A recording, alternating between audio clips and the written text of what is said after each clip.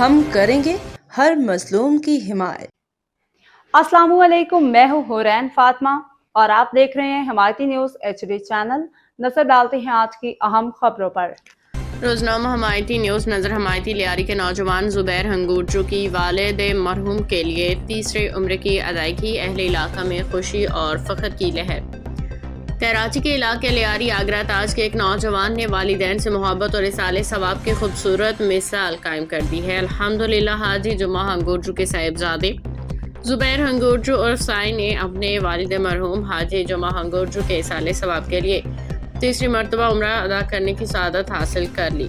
زبیر ہنگورجو نے حرمین شریفین میں اپنے والد مرحوم کے لیے خصوصی دعائیں مغفرت کی۔ ان کا کہنا تھا کہ والدین کی خدمت اور ان کے انتقال کے بعد بھی ان کے لیے دعا اور نیک اعمال کرنا اولاد کی ذمہ داری ہے۔ حرم پاک مکہ مکرمہ اور مسجد نبوی صلی اللہ علیہ وسلم میں والد مرحوم کے لیے عمرہ ادا کرنا ان کے لیے باعث سعادت اور باعث فخر ہے۔ اہل علاقہ کا کہنا ہے کہ ایسی نیک اولاد والدین کے لیے صدقہ جاریہ ہوتی ہے۔ والدین کا سینہ فخر سے چوڑا ہو جاتا ہے جب ان کی اولاد ان کے انتقال کے بعد بھی ان کے ایصال ثواب دعاؤں کا اہتمام کرتی ہے۔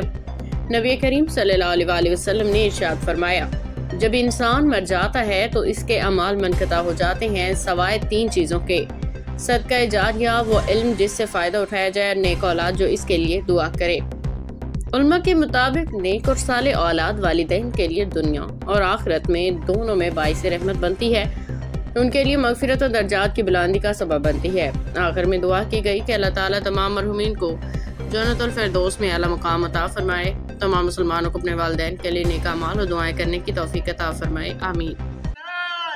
اللهم وفقه وأعنه وسدده يا حي يا قيوم يا ذا الجلال والإكرام.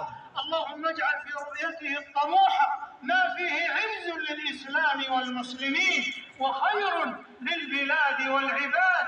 اللهم اجزهم خير الجزاء على ما قدموا للحرمين الشريفين وقاصديهما وللمعتمرين والزائرين والمصلين. اللهم اكتب ذلك في صحائف أعمالهم واجزهم خير الجزاء وأوفاه يا حي يا قيوم يا ذا الجلال والإكرام. اللهم اجعل بلادنا هذه المملكة العربية السعودية آمنة مطمئنة سخاء رخاء حائزة على الخيرات والبركات سالمة من الشرور والآفات. اللهم ابسط أمنها واستقرارها ورخاءها وازدهارها. باخبر رہیے ہر جگہ ہر وقت، جانیے ملکی و غیر ملکی حالات و واقعات یقین کے ساتھ۔